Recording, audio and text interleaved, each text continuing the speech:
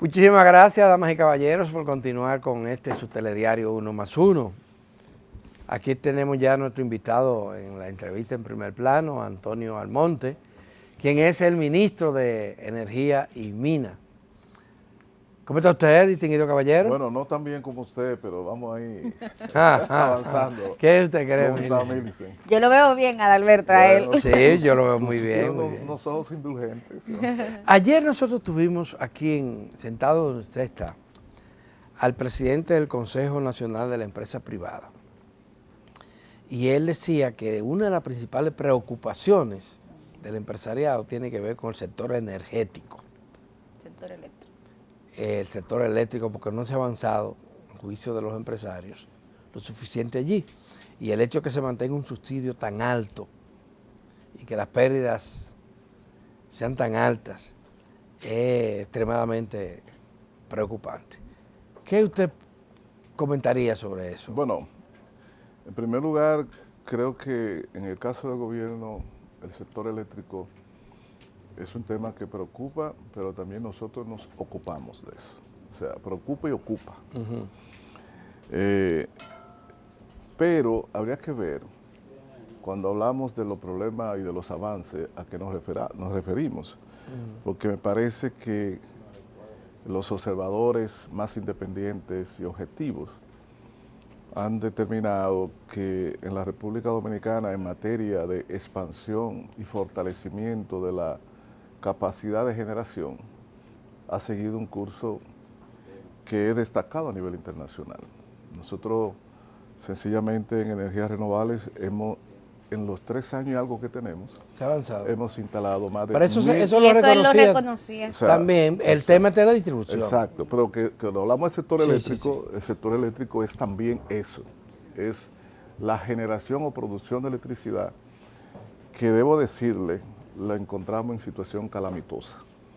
Entonces, eso por un lado. Por otro lado, en el plano institucional, que es fundamental en un sector de mucha inversión de capitales, requiere transparencia y seguridad institucional. Nosotros hemos hecho cosas que apuntan en la dirección de lo que se reclamaba: la eliminación de la CDE, la conformación de Punta Catalina como una entidad independiente, la modificación del reglamento de incentivo a la renovable, la elaboración y sometimiento al Congreso, que está en discusión, de una nueva ley que actualiza todo el marco regulatorio del sector de energía, todas esas cosas. Ahora bien, en lo que respecta a la distribución, tenemos el tema de, que es lo que más preocupa a los sectores económicos, el tema del déficit financiero de las distribuidoras.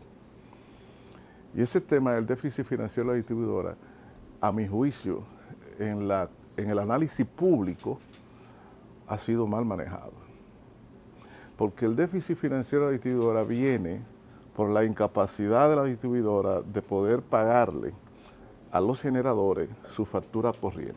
Es decir, la energía que le compran al final de mes, no pueden, con lo que recolectan mediante el cobro, no alcanza. No puede pagar. Entonces el gobierno tiene que darle un aporte, y eso se llama subsidio. Ahora bien, ¿cuál es la razón por la cual no cobran lo suficiente o no recolectan lo necesario para cubrir la cuenta? Hay 2 razones básicas. La pérdida es una, y hay periodos como en este año y parte del pasado en donde el factor principal ha sido la carestía de los precios de los combustibles. No el petróleo nada más, el gas natural, lo derivado del petróleo y el carbón. Los combustibles. Y eso quiere decir que empresas distribuidoras, y yo le he dicho muchas veces, el año pasado, que habían presupuestado una cantidad para comprar energía, de acuerdo a su experiencia y sus análisis y sus proyecciones, ese presupuesto fue excedido en 813 millones de dólares por el disparo de los combustibles como consecuencia de la guerra de Ucrania. Y esos 813 millones de dólares son parte del déficit determinado por eventos externos a la distribuidora, eventos externos al gobierno, que el gobierno no puede controlar. Entonces, cuando usted hace un análisis, usted tiene que calcular cuánto pesa o cuánto pesó el año pasado, por ejemplo, las pérdidas en términos monetarios, y cuánto pesa el exceso de la factura como consecuencia del precio de compra de electricidad a los generadores y el precio de venta. Tú sabes que durante varios meses del año pasado la distribuidora vendieron al mismo precio que compraron o menos del precio que compraron. Si tú tienes una empresa y tú compras a 5 y vendes a 1 o a 2, pues tú quiebras. ¿Y por qué? Porque vender... Entonces, el principal problema no es las pérdidas en las redes de transmisión. No, la pérdida es un gran problema. Ahora, en los últimos 2 años, el impacto principal ha sido el petróleo, en el déficit financiero ha sido el costo de generación impulsado por el precio de los combustibles, que usted no controla, ni ningún gerente de distribuidora. Pero en el otro Entonces, eje, tenemos esos dos aspectos. En el otro eje, ministro, que es un eje en el que sí ustedes pueden tener un mayor nivel de control, me refiero al tema de las pérdidas, el tema, por ejemplo, de la gestión de las EDES, la empleomanía. Ahí en ese tema no hemos visto mejoría tampoco. Entonces ahí te voy a decir lo siguiente. Hay un discurso que se ha establecido y que se ha difundido mucho. Y yo siempre digo cuando escribo y cuando hablo, que la persona revise y compare los números del desempeño, los números reales, no lo que un tercero escribe y difunde, sino los reales, que están publicados. Y usted va a encontrar que la empleomanía de las distribuidoras hoy es menos que la empleomanía del 2020 y 2019. Usted va a encontrar que los gastos operativos son menores que lo que habían antes. Usted lo que va a encontrar es que las pérdidas son mayores por una razón fundamental. Usted dice que se debe al incremento de la oferta. Claro, porque usted tiene unas empresas distribuidoras con déficit, con insuficientes medidores colocados. Recuérdese cuando llegamos se habló de que faltaban cientos de miles de medidores. Pero y eso, ¿usted sabe qué significa que no haya medidores? Que no estén colocados los medidores. Claro. Significa que usted no puede... Se sirve energía y no la cobra. Pero además tenemos un sistema de bono luz, de subsidio, en donde gente consume y hay un pago adicional que hace el gobierno como subsidio, que quiere decir que usted consume y paga un precio inferior al que cuesta la electricidad. Y eso es parte de la pérdida. Y hay varios elementos. Entonces, significa eso que el sector de distribución eléctrica requiere transformaciones importantes. Pero antes de pasar ahí, ministro, porque ese argumento que usted ha escrito en varios artículos, de hecho, de que parte de las pérdidas se deben a que se ha incrementado la oferta, ha sido respondido por algunos críticos que señalan que hay periodos anteriores, el caso, por ejemplo, del año 2008, donde ha habido un aumento de la oferta y se ha logrado reducir las pérdidas. Bueno, yo me gustaría ver eso bien, porque yo te voy a dar un dato si vamos a hablar de periodos anteriores. En el 2008, 2009, incluso de ahí hasta el 12, pero en esos periodos, ¿tú sabes qué cantidad de energía se abastecía a la población? 80, 82, máximo 85. Y antes del 2008 se decía hasta 78%. Eso significa 20% de apagones. Entonces, cuando usted reduce la oferta de energía, usted va a tener menos pérdidas, pero va a tener largos apagones financieros que lo hacían rotar por todo el país. Ahora se están produciendo.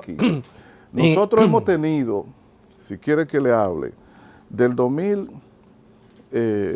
por ejemplo, 9, algo así, hasta el 2018 o 19. Nosotros hemos tenido, por ejemplo, tuvimos en EDESTE, que se hizo inversión por $473 millones. Se tenían pérdida inicialmente de 38.3 y después de 8 años invirtiendo $473 millones, la pérdida seguía en el 38.9 comenzamos y terminó en 38.3, es decir, que no se sabe en qué fue que se hizo esa inversión. El incremento de la generación, del consumo, como es ahora, nunca había tenido el país, 98, 99%. Y cuando usted incrementa la colocación de energía en redes y en sistemas donde faltan medidores y donde hay dificultades de redes, usted reduce, aumenta un poco la pérdida. Y termino diciéndole esto con un solo dato. El pacto eléctrico que se firmó establecía un periodo de 6 años para llevar el abastecimiento de energía de 90 a 91% a 97%. ¿Y ustedes saben por qué ponía 6 años para eso? Cuando es una decisión que tú la puedes tomar ahora y en minutos tú tienes 100% de abastecimiento. ¿Tú sabes por qué?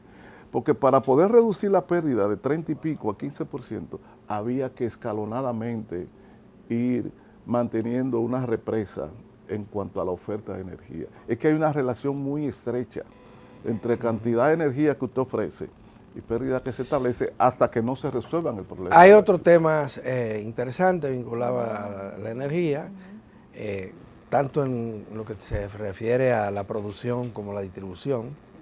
Tenemos el caso de la Barcaza, el caso del proyecto Manzanillo, lo que se están haciendo. Pero de eso vamos a hablar cuando regresemos. Con el permiso suyo, vamos a hacer una pausa.